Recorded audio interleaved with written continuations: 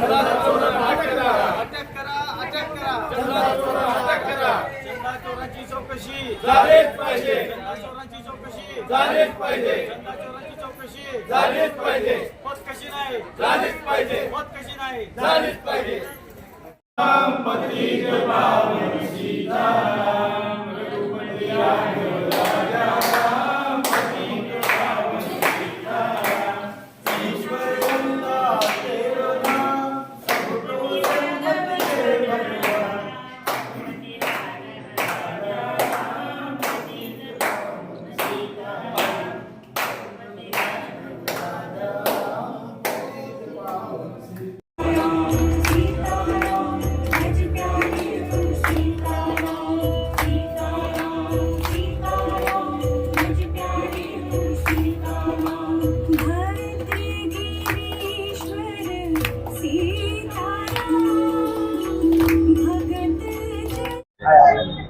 काय आंदोलन केलं?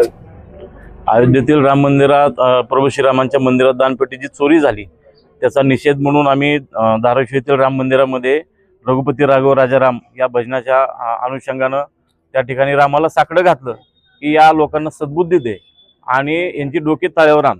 महत्त्वाचं म्हणजे महिन्याला 30 ते 40 लाख भाविक राम मंदिरात दर्शनाला येतात. अयोध्येच्या साधारणतः 4000 कोटीपेक्षा जास्त दानपेटीत दान जमा झालं आणि आता जो त्या ठिकाणी चोरी झाली त्याच्यामध्ये 85 लाख रुपये चोरीला गेले एवढंच सांगितलंय.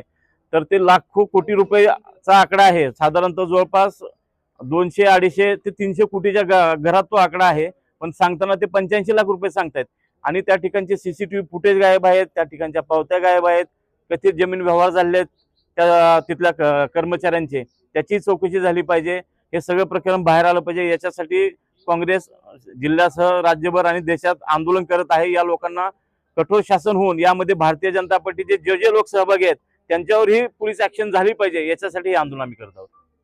काय आंदोलन केलं? आज या ठिकाणी आम्ही की अयोध्येमधील प्रभू श्रीरामाच्या मंदिरात चंदा चोरीपासून जे आहे की चढावा चोरीपर्यंत जे प्रकार घडलेले आहेत आणि त्याच्यामुळे संबंध भारतीयाच्या अस्मितेला धक्का बसलेला आहे, श्रद्धेला धक्का बसलेला आहे. परंतु यथकिंचितही भारतीय जनता पक्ष असेल किंवा संघ परिवार असेल यथकिंचितही त्याच्यावरती भाष्य करायला तयार नाही. त्याच्या विरोधामध्ये काँग्रेस कमिटीच्या निर्देशानुसार आम्ही या ठिकाणी आज महात्मा गांधी जे भजन म्हणायचे की रघुपती राघव राजाराम पतित पावन सीताराम हे भजन म्हणून त्यांचा एका प्रकारे हे सांकेतिकप्रमाणे निषेध नोंदवलेला आहे. आणि या प्रकरणामध्ये सखोल चौकशी झाली पाहिजे. ज्या सरकारने विरोधकावरती वापरल्या एजन्स्या मग त्या ED असेल, CBI असेल, इन्कम टॅक्स असेल या सगळ्या एजन्स्यांचा उपयोग करून त्या ठिकाणी खरा दोषी कोण या शोधून काढला पाहिजे. त्यांच्या मालमत्ता जप्त केल्या पाहिजे. त्यांच्या घरावरती सुद्धा बुलडोझर गेला पाहिजे. अशा प्रकारची कारवाई करावी या मागणीसाठी आम्ही आंदोलन केलेलं आहे. भविष्यात त्याची चौकशी जर नाही झाली आणि त्याच्यावर कारवाई नाही झाली तर म्हणजे अखिल भारतीय काँग्रेस कमिटी महाराष्ट्र प्रदेश काँग्रेस कमिटीच्या निर्देशानुसार तीव्र स्वरूपात आंदोलन केलं जाईल अशी या ठिकाणी आम्ही पाहिजे.